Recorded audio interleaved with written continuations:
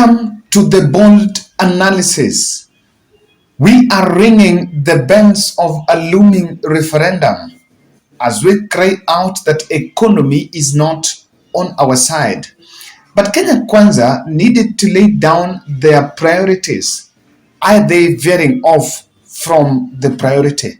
Now, in this analysis, I want us to head directly to Nation page 5, the plan to remove the presidential term limit.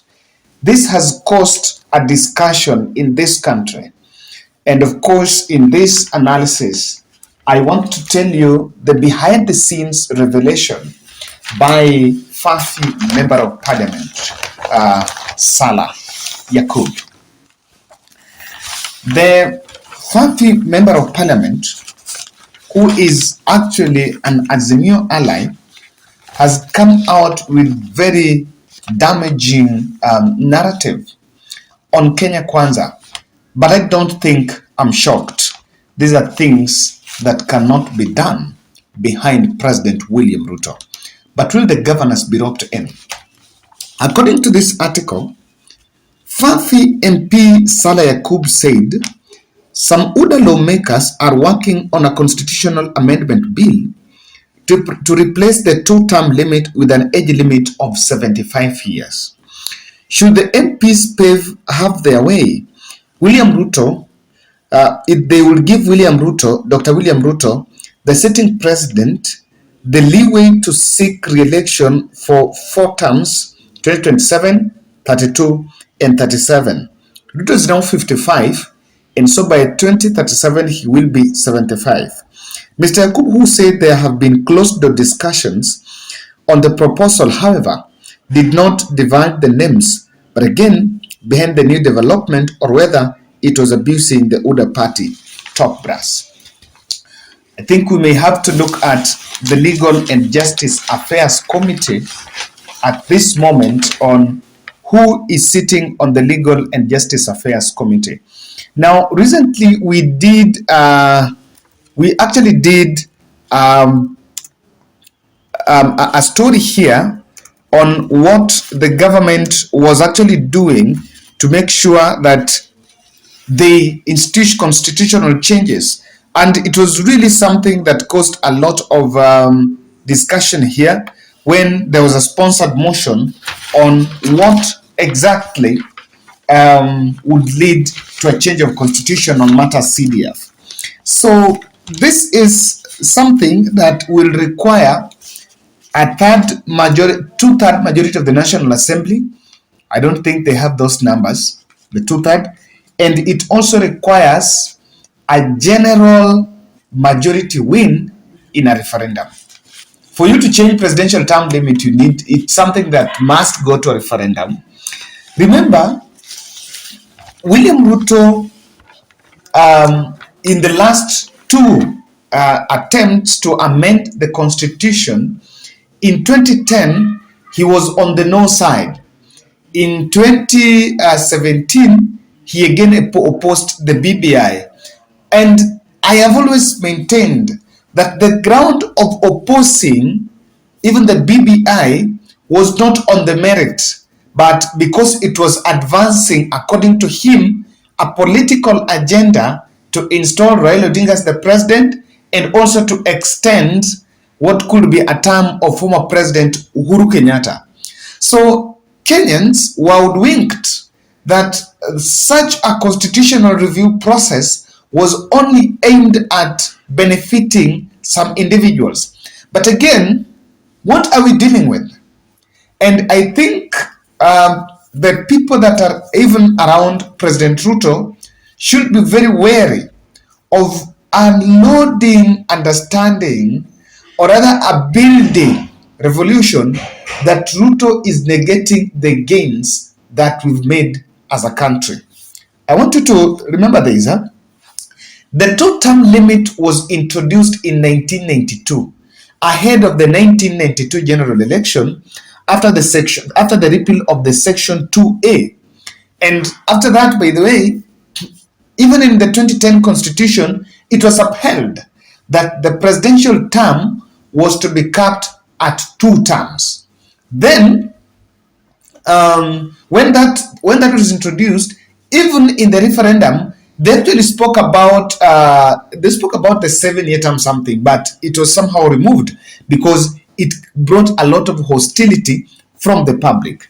Now, the MP is not just making weird allegations, and I want to say that a move to change the constitution on a sensitive matter touching on the term of the president cannot even get into other people's ears without the blessings of the President of the Republic of Kenya, Dr. William Samoei Ruto. And if they know that this is hot air, then what they need to do is to come out publicly and disown, or rather tell Kenyans that they are not taking that direction. Remember, at some time back, we were told that this country is having a lot of problems, economic problems, that changing the constitution was not a priority. 3 months in office, and we're already talking about this. I can tell you that we are simply not getting our priorities very right. Now, the timing of this is very skeptical, and I've seen different reactions to it, with many telling them that they need to go. One thing we need to say is such a move will actually, I can say, will actually make William Ruto a common enemy. It will make William Ruto a common enemy, because when it comes to matters constitution, Kenyans are kind of, that's where people come together. That is where people come together. And you know,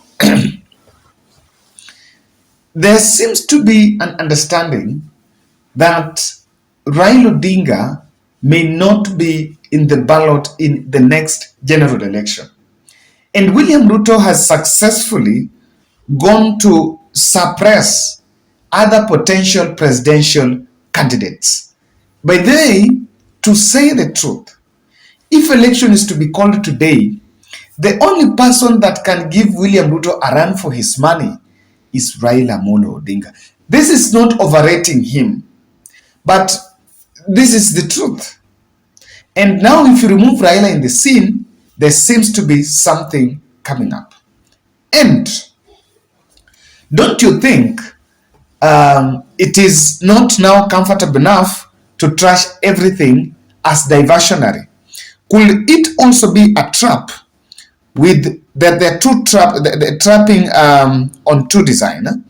The first design of that trap is to provoke the opposition politics, and of course keep Raila afloat, because of course if there is a criticism to be launched, it will be led by Raila on this presidential term limit. And then when you cap it at 55, maybe lock out Raila Odinga. So the trap is, when you cap it at 55, people that have presidential ambitions around Raila maybe will support it on that ground, because to make sure that Raila is completely out of the picture. That could be the strategy, that maybe William Ruto is not targeting more than 2 terms, but he's simply pushing it to lock out Raila Odinga. What will it be? What will be the essence? Is someone feeling like when Raila is on the ballot, he may not have his way comfortable? But this is the danger. This is the danger in this. Remember, the governors have been demanding for more than 2 terms. The governors have been demanding for more than 2 terms. So when this is floated, it might be hijacked even by the greedy governors, so that they also push a more than 2-term limit, even though one for the governor may not go to, might also go to referendum with that one for president. And I saw William Ruto with Anne Waiguru is now the new chairperson of the Governor's Council. And you know, she's also coming to the end of her term. I can tell you that the best thing that can happen for William Ruto to become a first-term president is such a motion, even trying to sail such a motion. You sail such a motion down on people's throat, then you will meet the wrath. Kindly subscribe to our channel, click the notification bell and also like our video. I want to urge you kindly, when you support this channel, when you like our videos, through that you're really helping to boost the brand. It should worry Raila Odinga that and Azimio Front, or rather the opposition crusaders and the civil societies, that the executive, Rigathi Gachagua, William Ruto and the team are very cozy with the judiciary. They are very cozy with the judiciary. Because such a move, whether tabled somewhere, someone will rush to court and challenge. And even on inclusion of the altercation of the presidential term limit, someone would actually rush to court and challenge. And court can be the only rescue. And if President William Ruto successfully pockets the judiciary or pockets Martha Koome, then we may be in for a rude shock. And that is why I insist that the public opulence showing the coziness, or rather the soft spot that the judiciary is having on William Ruto's presidency, for them, it might be mistaken as a friendship. But on this one, the judiciary will actually help William Ruto to sail through this, and with an intention to bring public hostility. Because this is the truth. After sailing through this general election, William Ruto successfully used a class difference, brought in a cluster difference on hustlers and the have-nots. And successfully it was packaged that he was the chicken seller. And so it was used as a euphoria for him to portray himself as the same as the people. And even the 200,000 gap between him and Raila, I see that it is not still showing him an indication that not the whole country is with him. And I think his popularity is getting misguided. Someone is simply talking of Mtukufu Rais. There are two things. One is that William Ruto's handlers are misguiding him, saying that on the terms of the popularity they are enjoying in the country now, and that popularity is simply getting abused. Remember, there is what has been called as tyranny of numbers. Technically, it has been a political strategy that has been used in the last previous general election successfully to install, to have power. But the same tyranny of numbers cannot be used on such a sensitive matter. I can promise you that on presidential term limit discussion, whether you target Raila or you target to have perpetual power like Museveni, this cannot happen in Kenya because the level of awareness is high.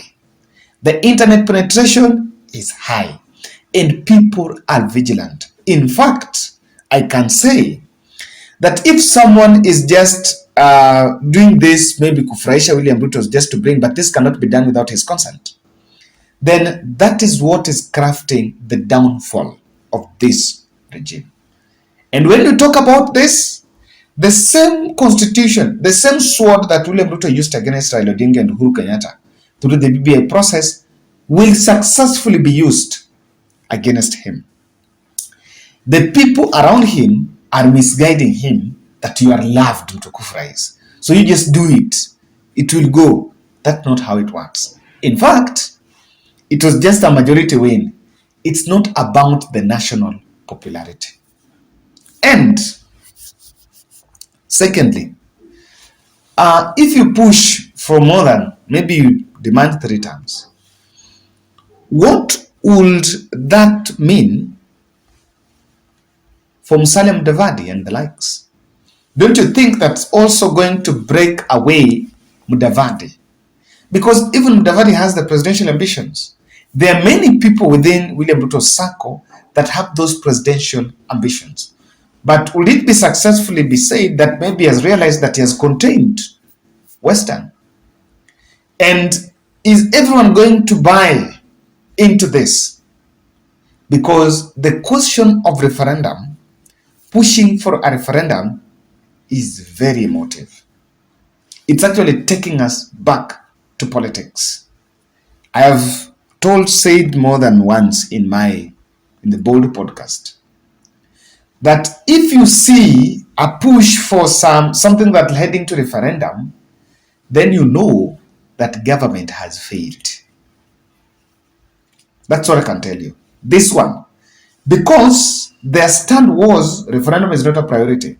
So what they would actually do is, because of unmet promises and the real tussle with the hustlers cannot be won, then you will just stage a contest so that when you win a contest before the second term, you'll actually use that euphoria to form a dream team in the 2027 front. This is it. And it is, of course, time that you don't mutilate the other small parties. Because if the vigilance will not be kept, and if successfully Kenyans will buy a narrative that Raila needs to exit the stage, then such sinister motives can see the light of the day. Those closed door meetings, and of course we'll try to push further and do more dig details on what exactly is behind it, as we wait for an official statement, perhaps from Rigathi Gachagua. That's my bold.